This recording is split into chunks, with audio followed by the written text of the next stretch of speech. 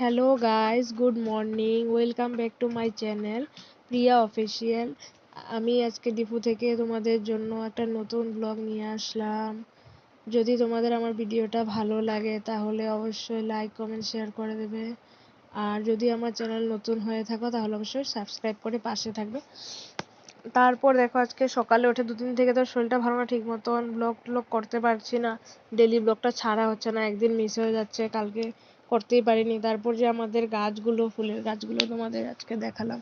আমাদের ঘরে কি কি ফুল গাছ আছে, আরও অনেক রকমের ফুল গাছ লাগায় আমার শাশুড়ি মা। কিন্তু ফুল গাছ কি বলতো, সব তো টপে লাগায়। তাও কোনো সময় যে বৃষ্টির জল, বৃষ্টিতে জল বেশি, বৃষ্টি বেশি পড়লে আর কি, তো জল বেশি আসে, বেশি বৃষ্টি হলে তো জল আসলে কি আমাদের ঘরেও ঢুকে যায়, এরকমও হয় যে কোনো সময়।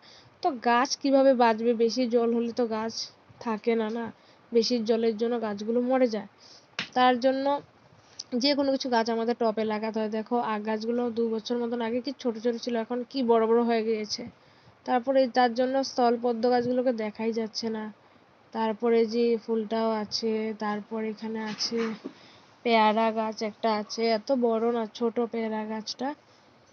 তথাপি গাছে পেয়ারা ধরে 3 বছর মতন হবে, ধরছে যে পেয়ারাগুলো খুব মিষ্টি খেতে। ছোট যেহেতু লাঠি উঠিও লাগে না, এমনি হাত দিয়ে পেরে খেতে পারি যখন পেয়ারা ধরে, এই যে একদম হাত দিয়ে ধরা যায়। তারপর আমাদের সামনের দিকে শেফালি ফুল গাছ, তারপরে এটা কি ঝুমকো ফুল না কি বলে এটা গাছ। তারপর আরেকটা ফুল গাছ আছে নিচে, দেখাচ্ছি। এই যে দেখো, এটা তো তোমরা নয়নতারা বলো, আমাদের এখানে বলে কি এটাকে ময়না ফুল। তো এটা তো ওর নাম থাকতে পারে, কত রকমের নাম থাকে। তারপর আরেকটা ফল গাছ দেখো, এটাকে বকুল ফল বলে, যে আম গাছটার উপর দিয়ে দেখা যাচ্ছে, ওইদিকে টিনের জন্য উঠাতে পারিনি। তো এই যে বকুল ফলটা, এই যে এরকম দেখতে, এই যে দেখো এরকম দেখতে, দুটা নিচে পড়েছিল, আমি উঠিয়ে দেখালাম। তারপরে যে এটা মরিচের চারা, দেখেছো, কিছু না কিছুতে গাছ এরকম করে লাগাতে হয়, জল আসলে যাতে এদিক থেকে এদিকে নিয়ে রাখা যায়। তো পুরোনো ডিব্বা থাকলেও এগুলোকে এরকম করে ফুটো করে তো গাছ লাগিয়ে দে। তো এই যে গাঁদা ফুলের গাছ, এগুলো কি কি ফুল গাছ আছে। তারপরে যে এগুলো কি রসুন গাছের মতন কি গাছ, এটার নাম জানি না ঠিক আমি, হ্যাঁ। তো তারপরে যে আমাদের সামনে একটা কাঁঠাল গাছ আছে, তো কাঁঠাল গাছে এবার অন্য বার থেকে কিন্তু কম ধরেছে ফল, কিন্তু তথাপি ধরেছে। এখন আমরা গাছ থেকে পাকলেই খাই, এখনো খাইনি।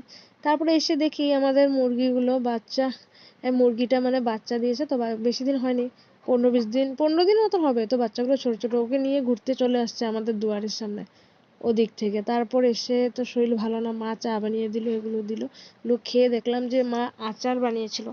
তো আচার বানানোর রেসিপিটা তোমার সাথে শেয়ার করতে পারলাম না আজকে। আচার অন্যদিন করব। আমাদের দোকানের জন্য আচার ঘর থেকে বানিয়ে প্যাকেটিং করে তারপরে দোকানে বিক্রি করা হয়। তো প্যাকেটিংটা আমিই করি, যেহেতু আমি নেক্সট টাইম প্যাকেটিং করার সময় তোমাদের দেখাবো। আর আমার শাশুড়ি মা যখন আচার বানাবে তখন যদি পারি অবশ্যই দেখাবো কিভাবে আচারটা তৈরি করে। ঠিক আছে, তো ওরকম করে তোমরাও বানাতে পারবে, বা অবশ্যই ঘরে বসে বানাতে পারবে যারা না পারো। তো এই দেখো, আমি খেয়েও দেখেছিলাম যে কিরকম হয়েছে আচারটা, একটু খেয়ে দেখি না, যে বিক্রি করবে যেহেতু আমিও খেয়ে দেখি, তো ভালোই লেগেছে। তো আজকের জন্য ব্লগটা এতটুকুই বন্ধুরা, টাটা।